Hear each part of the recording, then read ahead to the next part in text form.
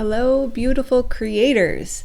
Rebecca here, your vibe mentor, here to bring you another video on how to raise your vibration so you can live your best life. Do you ever feel like you're doing everything right, but you still can't get ahead money-wise? Do you have like all the knowledge and the desire to grow your income and your abundance, but you're just not seeing results? If so, then you may have money blocks. And I'm here today to bring you 5 tips on how to remove them.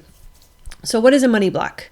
Money blocks are a series of thoughts and mindsets and feelings that can get in the way of accomplishing our success. So every word that you say and every thought that you have becomes a blueprint for how you think, feel, and act. And essentially, our bodies are designed to follow the blueprint that the mind creates. So our bodies and our lives essentially are not capable of going outside of the thoughts that we think and the words that we say, because that is the blueprint, that is the boundaries of the life that we've created for ourselves to live in. And whether or not we say we want something, but we have the track of lack running in the background, it doesn't matter, because that track in the background is really going to determine what we experience in our external world. It doesn't matter if we say once, I want abundance, or if we say it even 5 times, but we've got 95 other times in our head thinking and feeling like we can't have it. So unfortunately, if you're doing all the right things and you're making money, but you find yourself spending it all or self-sabotaging in some way, that is a subconscious behavior. It's very common in humans. It's called confirmation bias, where we have this core belief, this underlying foundation that says, I'm not enough, I'm not worthy, money's too hard to come by. We have all these limiting money beliefs or money blocks. And so our bodies and our life has to prove to us what we believe. That is just the way we were designed. So essentially we're kind of like machines, like computers. We have this program, the way that we're designed to work. It's like trying to drive a Ferrari like a Ford. It's just not going to work. There's a specific way that car has to be driven, and it's not going to function. It's certainly not in the way we want it to, and certainly not at peak performance. We're not going to reach our highest potential if we're trying to drive it like a Ford. So we have to understand the operating system that we're working with. We have to understand that we have to consciously choose our blueprint in order to live the life that we say we want to live.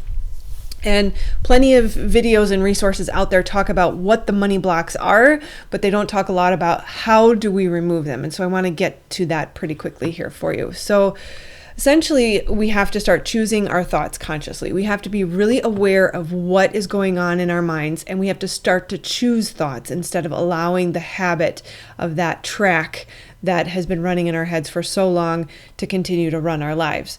So the brain and the body and the mind in general will always go to what's familiar. We have habit patterns, we have thought patterns. All of these things are designed to make our lives easier, because once we've developed a certain way of being, we want that to become second nature, where we don't have to think about it. We don't have to give it our conscious effort and energy. Unfortunately, it takes the conscious effort and energy to get from a negative habit that was given to us likely in ages 0 to 7 and move that into a positive habit that is more consciously chosen and appropriate for our desires. So we have to start to choose our beliefs, and we have to consciously choose our thoughts and make those familiar so that it becomes second nature for our positive money beliefs to start taking place in our lives. So your beliefs, you will make your beliefs, but then your beliefs will turn around and make you. And that's a quote from Marissa Peer. She's amazing on this topic as well, so I highly recommend her. It's really important to remember 80-20 rule applies in just about anything in life. So 80% of abundance and money is mindset, and 20% is the actual money. And the same goes for the effort that you have to put into this, that 80% of your progress will come from 20% of your work or your effort. Again, 80% of your growth will come from removing and addressing 20% of your blocks. So there's going to be a bucket full of money beliefs, negative money beliefs, or blocks that are standing in your way, but there's a few key ones that if we really target those first, that's where you're going to start to see that 80% of the progress. So real quickly, a couple of guys, Brad and Ted Klontz, they coined a couple of buckets for money beliefs. There's money avoidance, money worship, money vigilance, and money status. So pretty self-explanatory, but just to kind of give you a good sense of what those are. Money avoidance is like, I don't deserve money. People with money are evil. I don't need money to be happy. People won't like me if I have a lot of money, right? The pushing away of the money. Money worship, the opposite. I have to have it to feel valuable. I have to have it to feel enough. I can never have enough money. Money gives life meaning, right? It's too much. So there's the resistance, pushing it away, and then there's the need for it, which again is a form of resistance. It's a desperation, a lack. And then money vigilance, like I can't trust people with my money. People only want me for my money. Working for money is hard. Again, another form of resistance. And then money status, of course, is just over-identifying your value and your worth with money. So I'm going to go through the list just like many people do, but it's quite a big list. And I want you to take the time to write down, stop the video if you have to, rewind, write down the ones that are appropriate for you. The thoughts you've ever had, or the things you've ever heard your parents say, or even if you would think about what will your parents or your friends or your partner say that you believe. And sometimes we can have that blind spot. But our friends and our partners can see it better than we can. So try to really drop into self-awareness and self-honesty and really dig deep on, do I think this? Have I ever said this? Did my parents say this when I was growing up? So money doesn't grow on trees. I can't find the money. We don't have the money. I don't know where the money's coming from. Money slips through my fingers. You think I've made of money? Who can afford that? Who do you think you are? Investing is difficult. Keeping money is difficult. I don't know where all the money goes. Other people have nice things, but I can't. We don't talk about money as if it was bad. Money is the root of all evil. More money means more pain. Success means more hard work. Rich people are greedy. I'm not enough. And then the others that, like I mentioned, I don't deserve money. Money is the root of all evil. Wealthy people are corrupt. Having a lot of money makes me a bad person. I just want to help people. I don't care about the money. People won't like me if I have a lot of money. Money can't buy me happiness. I have never had enough money. I can never have enough money. Money will give meaning to my life. The more money I have, the happier I'll be. I can never be happy if I'm poor. If I had more money, I would be happier or better or whatever, fill in the blank there. I can't trust anyone with my money. People only want me for my money. Making money is hard. I have to work hard for money. I shouldn't spend money on myself or others. Giving to the poor encourages laziness. If you have nothing, then you have nothing to lose. And I'm only successful as the amount of money I make, and others will like me if I have more money or nice things. Okay, that's the hard part. Now that you have your list, and I would say to you, you can have money beliefs from all those 4 different groups. I had a big list. I shocked myself with my list. I had 15 items on my list, and that's not including the ones that my parents had said. And I've made a fair amount of money in my days. I had a 6-figure job at one point for many years, so it wasn't just one point. So it's really surprising how invasive these thoughts can be. They really get stuck in us. So write down your list. Make sure you're honest with yourself and what your family members would say, and then sit with that and ask, when did I hear this? So usually, again, like I said, it happens between ages 0 and 7. Really try to sit with it, drop into stillness, sit in calm, sit in a meditative state, and ask yourself, if you need to bucket them, like for me, 15 was way too many to sit with each of them. I had to bucket them. So bucket them by types and sit with kind of that foundational meaning of, lack. Money is difficult, hard to come by, the root of all evil. and ask yourself, where did this come from? So for me, a really, really big one was when I was young. My father was a minister. I've mentioned this in other stories. Very lack oriented. He grew up very poor. And I wanted to be in gymnastics. I was a dancer at heart. I loved music. I wanted to be in gymnastics. I wanted to be a dancer. There was a gymnastics building, literally, like we could see it from our backyard, like a block away. And I begged and pleaded, and for the longest time it was, we don't have the money for that. That's selfish to want to use the money for yourself. And then I remember my grandfather died, who adored and loved me. Probably one of the most loving people in my life. I will always remember how loved I felt by him.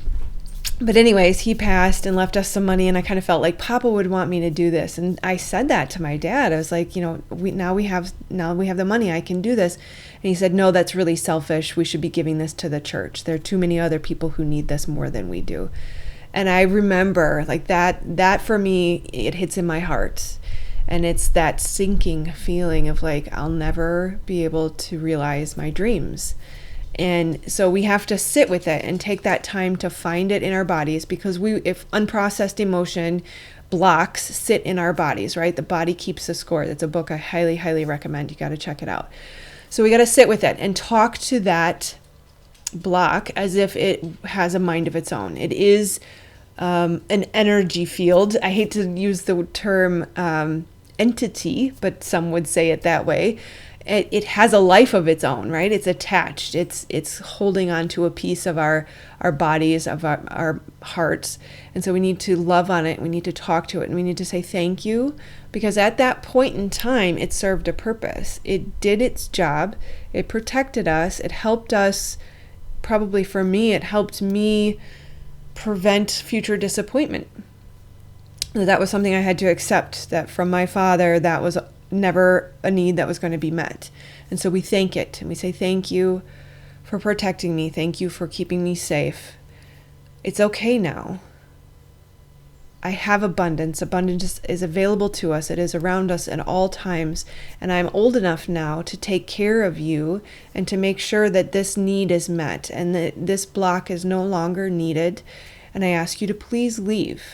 And so we ask it with love and compassion, and we come from our hearts and we send love to it, and you can feel it dissolve and you can feel it fade away. And then there's going to be a little bit of a gap or an empty feeling. And so we want to ask, what would be the best replacement belief that I could fill this space with? What is the most positive opposite belief that I can put in this space? And we need to fill that back up with love.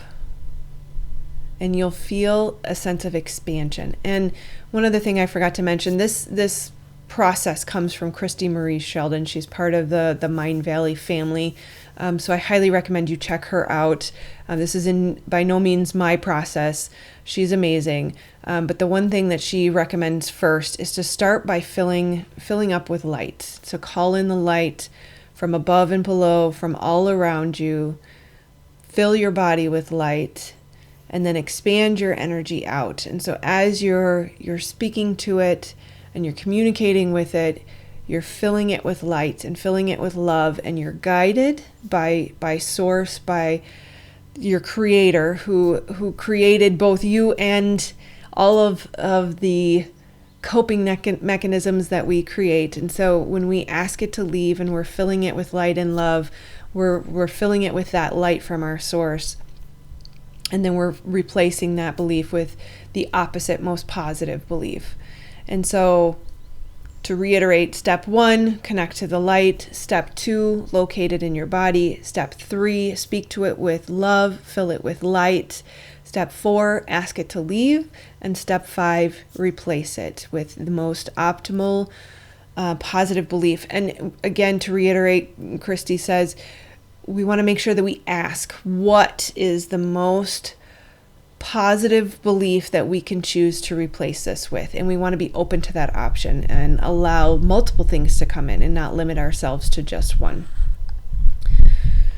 So part of money blocks comes from self-worth, usually, where, in my case, I felt that my father didn't feel that I was worthy, or the church didn't feel that I was worthy, or somehow because I'm broken, I don't deserve to have my needs met, or my dreams and desires are selfish.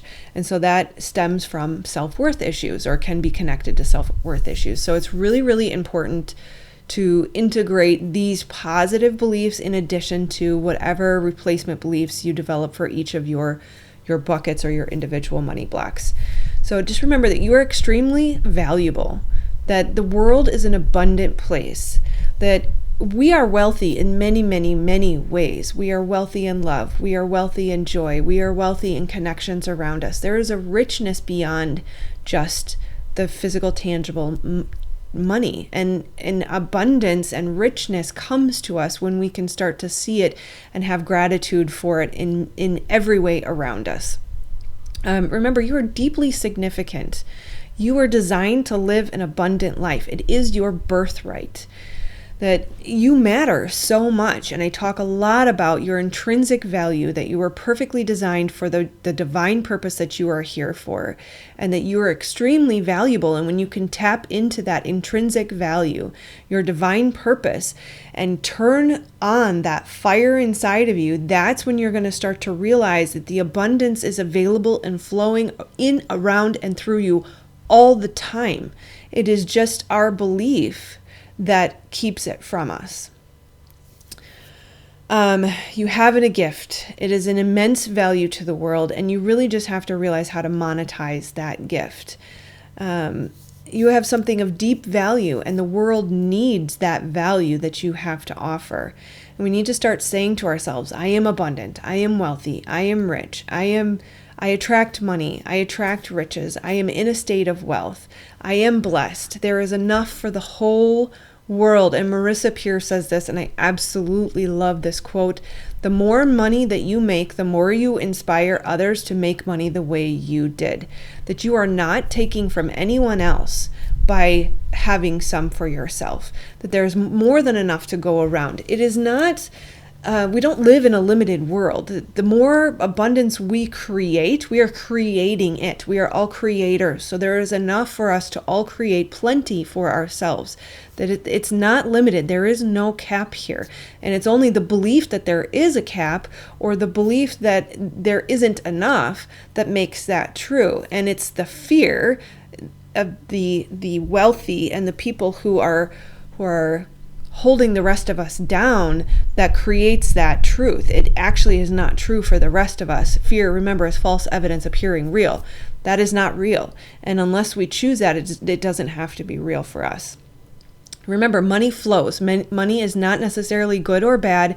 Money is an energy form, and it should flow through us. We don't have to hoard it. Yes, investing is good. We make it go to work. We make it work for us. But there is a flow to it, that we need to view it as a resource, and it is abundant, and it will continue to flow as long as we trust that more is always on the way, and be generous, be giving, and continue to perpetuate that cycle of flow by allowing your generosity to flow to others. It flows in, out, and through you, like I said, just like our energy does. And we need to have a great relationship with money. How do you feel when you log into your bank account to pay bills? For the longest time, especially in my earlier years, my teens and college years, I hated opening bills. Like the stack would sit there and it would just like hang over my head. Like I knew that I had to open those, and the longer I waited, the more past due they might get. And I had trouble paying my bills on time because of that fear of opening my bills.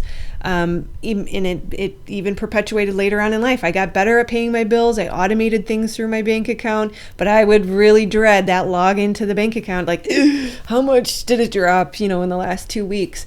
And it wasn't terrible with money. It was just this belief of, there's never enough, and it's always going out and not coming in. And so to be able to consciously choose the thought when I log in, Oh, thank you, God, that I am able to pay my bills. Thank you, money, for coming to me all the time. And remember, it has its own, pretty much everything is its own thing, right? It has its own energetic signature. And so when we can match to it, right, just like the vibrations of our thoughts, when we match to it, it will flow to us. So, log into your bank account to pay your bills and say, thank you. Thank you that I have enough. Thank you that more is on the way.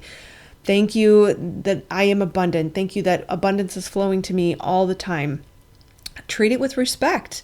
And remember, if you want it, it wants you. What you desire desires you. What you are attracting is attracted to you.